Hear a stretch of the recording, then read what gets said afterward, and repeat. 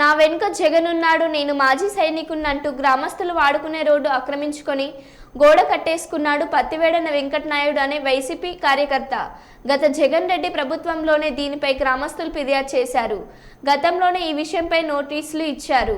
నోటీసుకు సమాధానం ఇవ్వకపోవడంతో నిన్న రోడ్డుకు అడ్డుగా ఉన్న గోడ మాత్రమే కూల్చేశారు. అక్రమంగా కట్టిన గోడ కూల్చితే ఏదో ఇల్లు కూల్చేశారని ఫేక్ జగన్ ఫేక్ చేశాడు.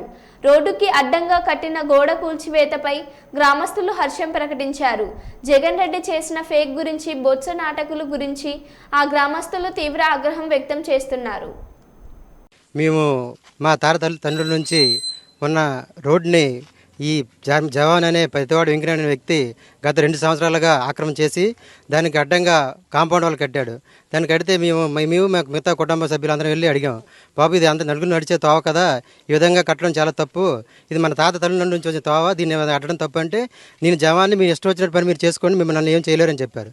దాన్ని మేమంతా కలిసి గత వైసీపీ ప్రభుత్వంలో 2022లో స్పందన అనే కార్యక్రమానికి వెళ్ళి కంప్లైంట్ ఇచ్చాము.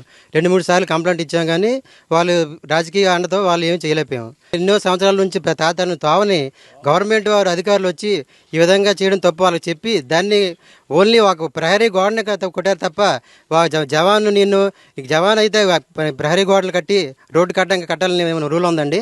ఇది ఏమి చేసిన రాజకీయ ప్రాతిపదన చేసిన ఒక కార్యక్రమం కాదండి.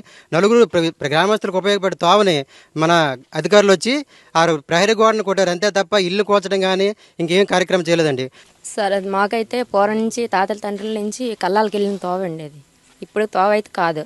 అలాగని చెప్పేసి అక్కడ ఖాళీ స్థలం గుడ్డు వాళ్ళు కొనుక్కున్నప్పుడు కూడా స్థలం కొనుక్కున్నప్పుడు వాళ్ళ స్థలం వాళ్ళకి చెప్పేసి తోవ అని చెప్పేసి వాళ్ళు ఇచ్చారు. ఆ రోజు ఇచ్చినప్పుడు ఈ రోజు అది తోవ లేదని చెప్పేసి వాళ్ళు మొత్తం రోడ్డుకి వచ్చిన దాకా కట్టిస్తారు. అది బండి బక్కలు వెళ్ళిన తోవ లేకుండా చేసి మొత్తం రోడ్డు వరకు ఆలదని చెప్పేసి మొత్తం చుట్టూ పెహారీ కట్టిస్తారు.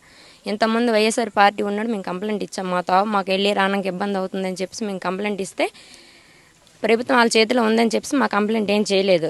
ఆ రోజు సరే ఇన్ని రోజులు మేము ఇబ్బంది పడ్డాము, ఈ రోజు మాకు మేలు జరిగింది గవర్నమెంట్ ద్వారాగా. ఇంతకు ముందు ఈ రోజు సత్యబాబు గారు ప్రెస్ మీట్ పెట్టి చాలా ఆస్వాదంగా మాట్లాడుతున్నారు. ధనపేటలో చాలా రక్త జరిగిపోయింది, చాలా జరిగిపోయిందని. ఇక్కడ ఉన్న సర్పంచ్కి ఆ దారి 15 ఎకరాలకు ఉండేది. అదే దారిలో సర్పంచ్ గారు వెళ్ళేవారు. ఆ సర్పంచ్ గారు ఈరోజు ఓట్ల కోసం కొనుక్కోవడం కోసమని, ఓట్లు దండుకోవడం కోసమని ఆ దారిని వాళ్ళకి అక్రమంగా ఇచ్చారు. ఈరోజు నేను జవాన్ అని చెప్పుకుంటున్నాడు కదా, జవాన్ అయితే రోడ్లు ఆక్యుపై చేస్తారా? జవాన్ అయితే రోడ్ల మీద ప్రహరీ గోడలు కడతారా? దానికి రంగు పూసి సార్ పవన్ కళ్యాణ్ చేశాడు, చంద్రబాబు చేశాడు, లోకేష్ చేశాడు అనడం సాధ్యం కాదు.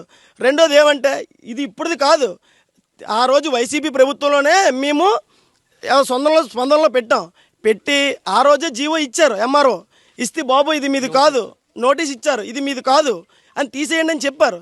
చెప్పితే మేము తీయం, నేను జవాన్ని, నా ప్రభుత్వం ఉంది, పైన సత్యబాబు ఉన్నాడు, పైన చిన్నసీన్ ఉన్నాడు, మమ్మల్ని ఏం చేస్తారు, ఎవడేం చేయగలడు మమ్మల్ని అని అరాచకాలు చేసుకుంటూ వచ్చారు. ఈరోజు ఉన్న సర్పంచ్ చాలామందిని భయాందోళనకి గురి చేస్తుంటారు. ఏంటని మేము ఇంకా ఉన్నామని ఈరోజు తెలుగుదేశం కూటమి వచ్చినా ఇంకా ప్రజలందరూ భయాందోళనలోనే ఉన్నారు ఈ ఊర్లో. ఎందుకంటే ఈ సర్పంచ్